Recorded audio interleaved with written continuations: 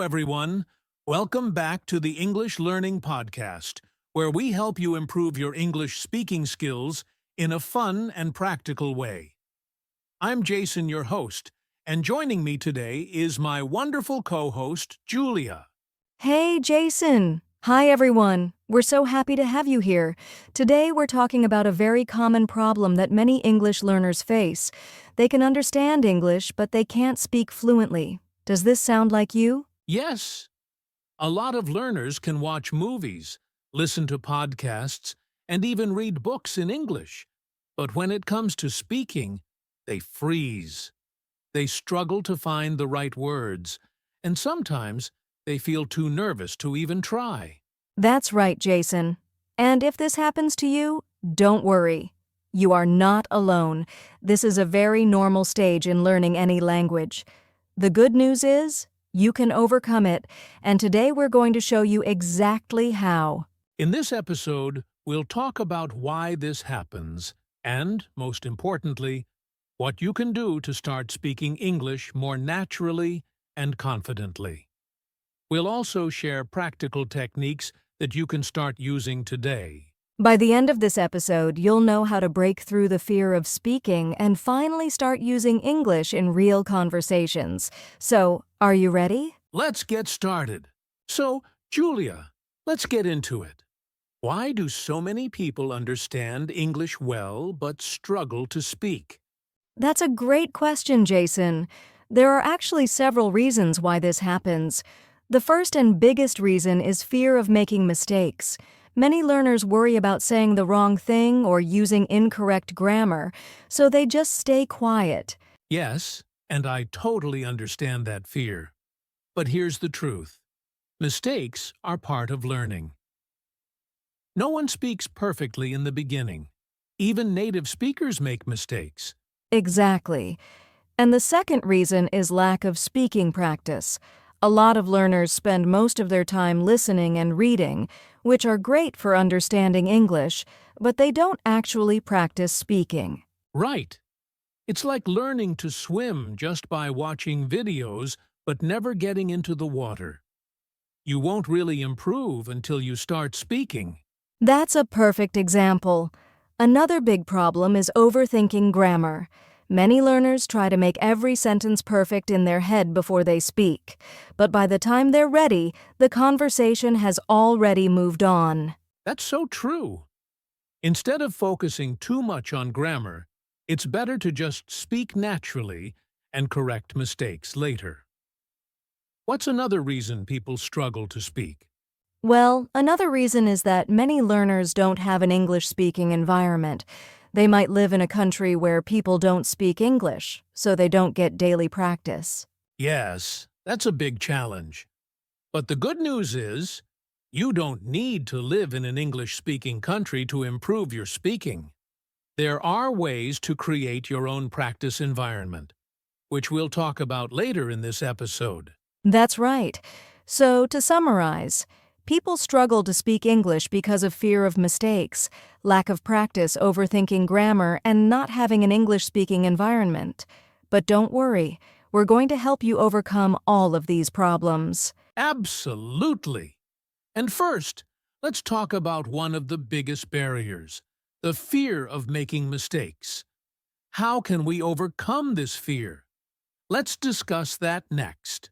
All right, now let's talk about one of the biggest reasons why people don't speak, the fear of making mistakes. Julia, why do you think so many learners feel this way? That's a great question, Jason. I think the main reason is that many learners are afraid of being judged. They worry that people will laugh at them or think they're not smart if they say something wrong. Yes, and that fear can be really strong. I've met many English learners who say, I don't want to speak because my grammar isn't perfect, or I might pronounce something wrong. But honestly, no one expects you to be perfect. Exactly. Think about how kids learn to speak. They make tons of mistakes, but no one laughs at them. Instead, they keep trying, and that's how they get better. It's the same for English learners. That's such a good point.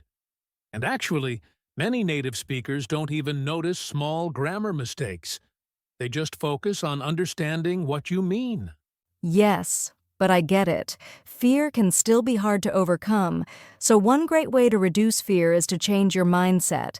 Instead of thinking, I might make a mistake, think, every mistake helps me learn. I love that.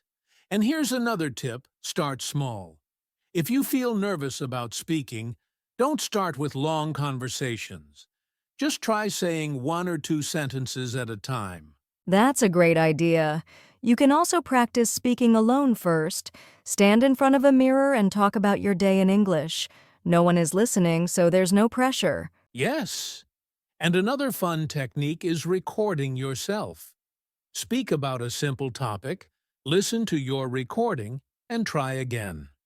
You'll see improvement over time, and that will boost your confidence.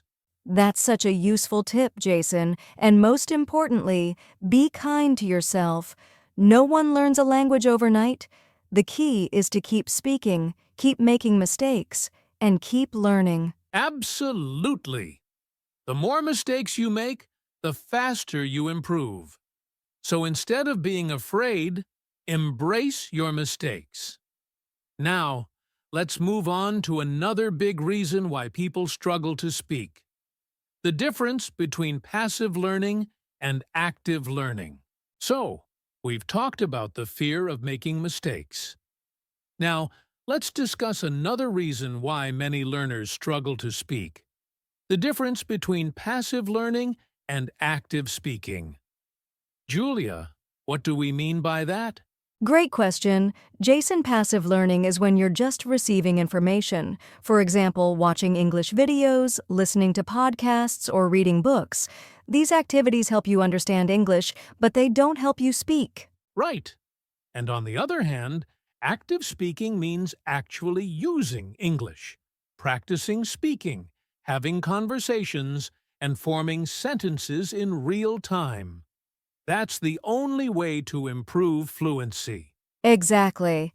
The problem is that many learners spend 90% of their time on passive learning and almost no time on active speaking. So they understand English but can't speak fluently. Yes, it's like learning to play guitar by only watching videos. You might know how to play, but until you actually pick up the guitar and practice, you won't be able to do it.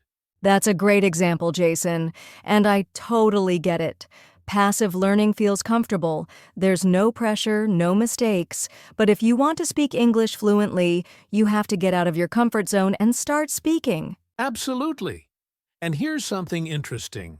Studies show that people remember 90% of what they actively do, but only 10 to 20% of what they just listen to or read.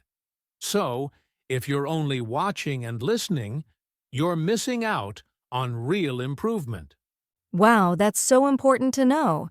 But Jason, what are some practical ways learners can move from passive learning to active speaking? Great question. One simple method is shadowing.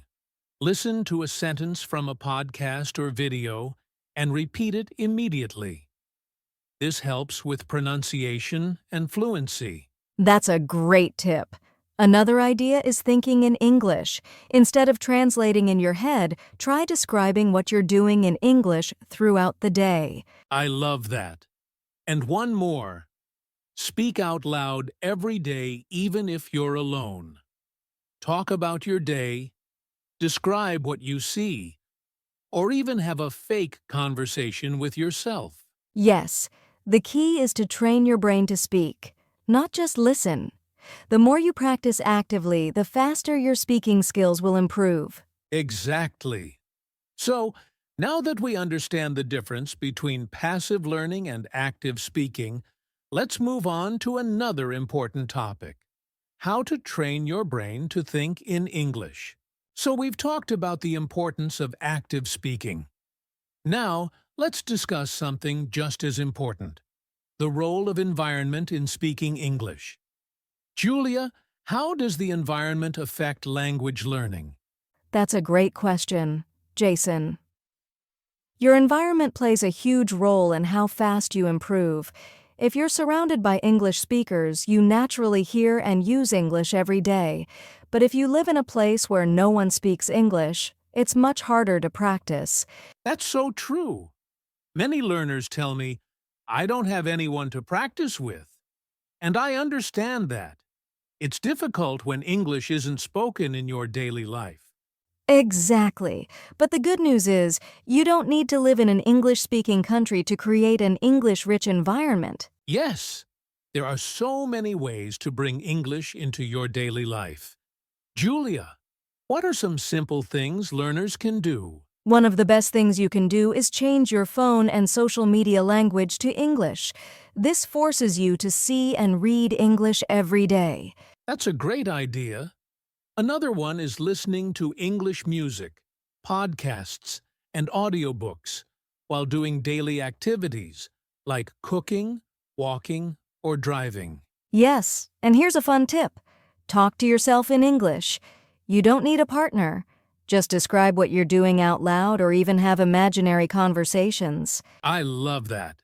And if you want real interaction, you can join online English communities, language exchange apps, or even find a speaking partner on social media. Exactly. The key is to surround yourself with English as much as possible. Even if you're not in an English-speaking country, you can still create an English-speaking environment. That's so true. So, now that we know how to build the right environment, let's talk about something even more important: how to turn speaking practice into a daily habit. So far, we've talked about why some learners struggle to speak, the role of the environment, and how to build good speaking habits. Now, let's dive into some powerful techniques to improve speaking fluency.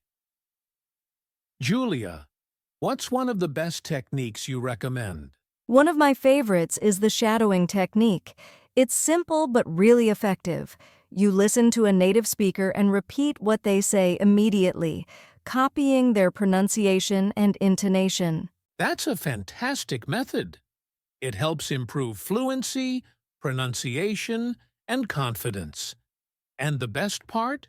You can do it with podcasts, movies, or even YouTube videos.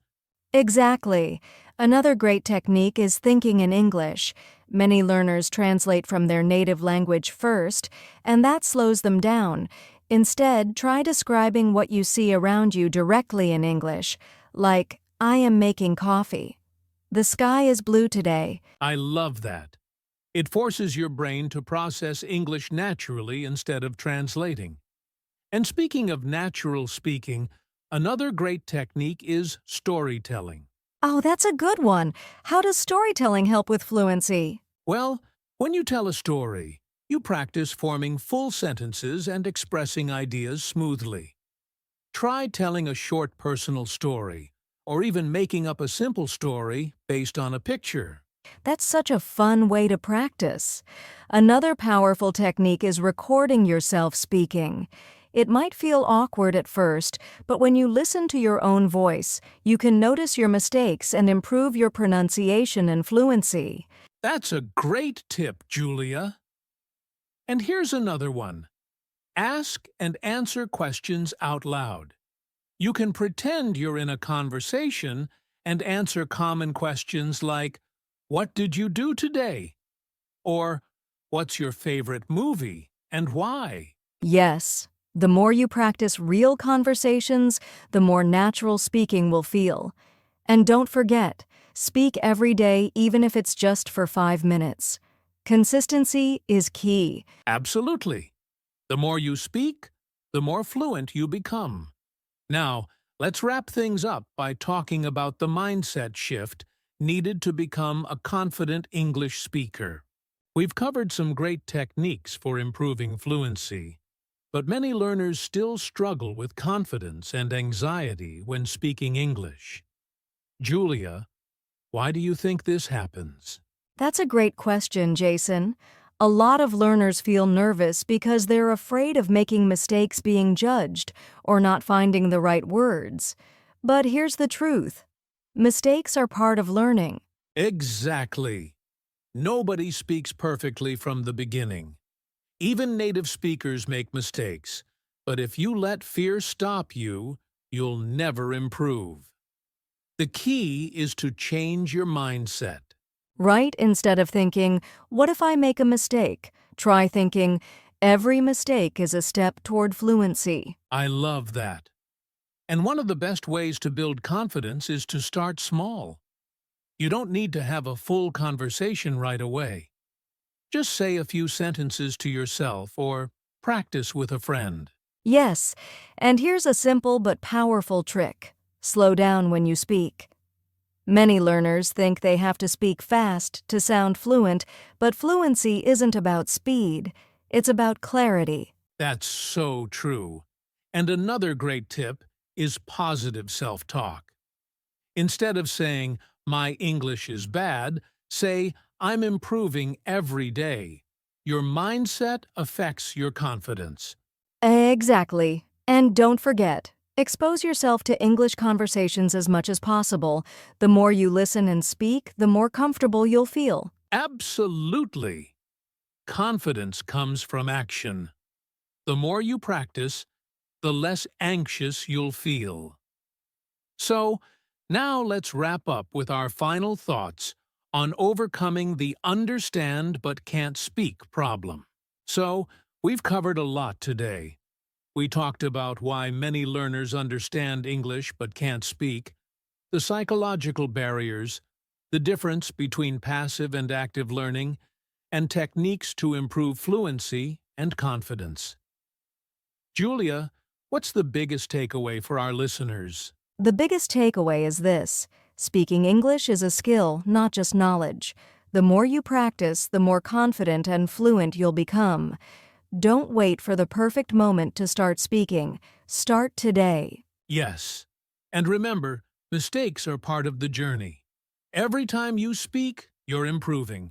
Surround yourself with English, practice daily, and keep pushing past your fear. Exactly. And if you found this episode helpful, make sure to subscribe to our podcast and share it with a friend who's also learning English. That's right. And for more speaking practice, check out our other episodes where we dive deeper into fluency techniques. Keep practicing, stay confident, and we'll see you in the next episode.